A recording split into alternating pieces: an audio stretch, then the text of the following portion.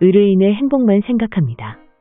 법률 문제로 고민에 빠지신 분들에게 정확한 정보를 제공하여 현명한 선택을 하도록 도와드리는 소송 가이드입니다. 압류는 누군가의 재산을 강제 집행하기 위해서 일단 묶어두는 것인데요.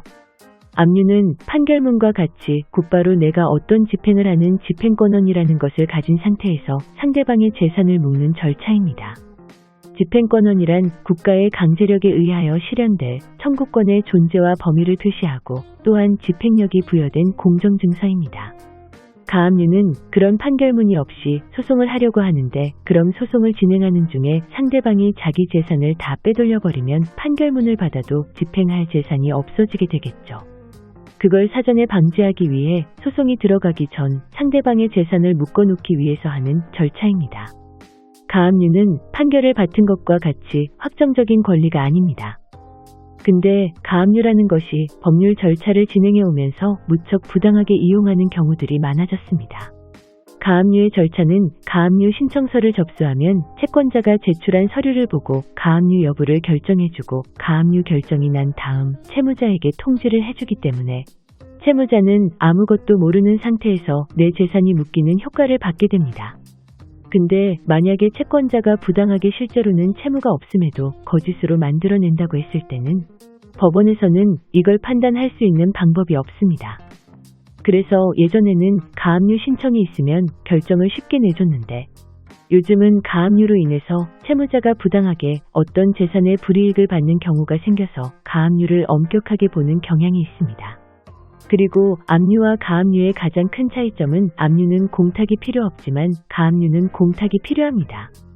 그 이유는 판결이 나왔다는 건 이미 법원의 판단을 통해서 이 사람이 채권이 있다는 것이 확정이 된 상태인데 가압류는 채무자의 이야기는 들어보지도 않고 채권자의 이야기만 듣고 판단하기 때문에 이것이 부당한지 아닌지에 대한 확정이 없기 때문이죠. 그래서 부당하게 가압류를 했을 때는 채무자에게 손해가 발생될 수 있으니 채권자에게도 손해를 담보하기 위한 공탁을 하라고 명령을 내리는 것입니다. 담보의 방식은 보증보험증권을 제출하는 방식이 있고 그리고 현금을 공탁하는 방식이 있는데 가압류를 하는 대상 재산이 무엇인지에 따라 공탁의 방식을 달리하고 있습니다.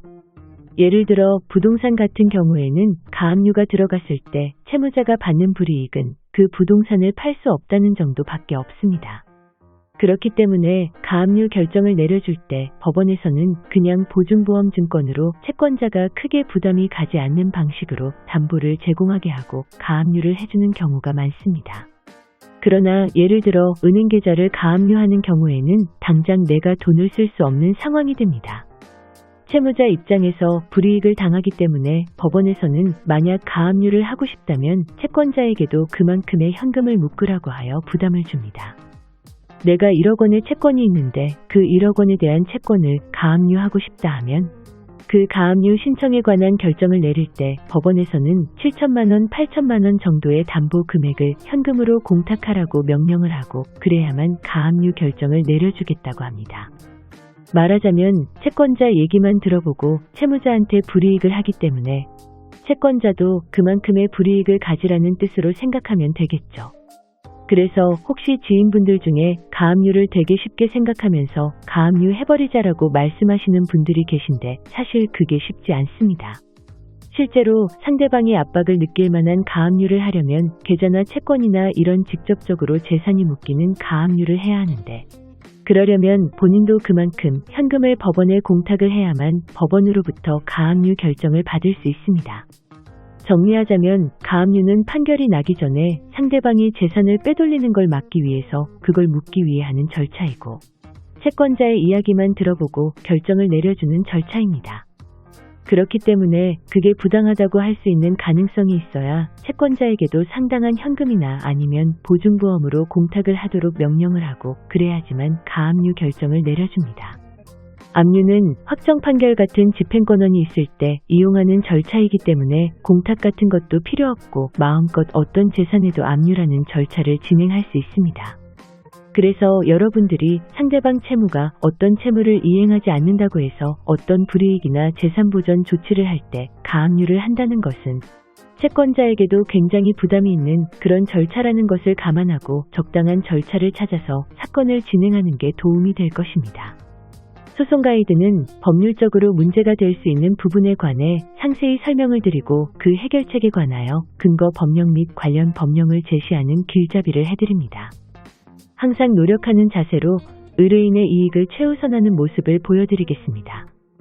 소송에 대한 자세한 상담을 원하신다면 변호사 상담 신청을 누르시고 더 많은 정보를 보고 싶으시다면 소송 가이드 카페를 방문하시면 됩니다.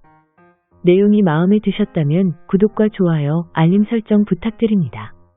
더 좋은 내용으로 찾아오겠습니다. 꼭 승소할게요.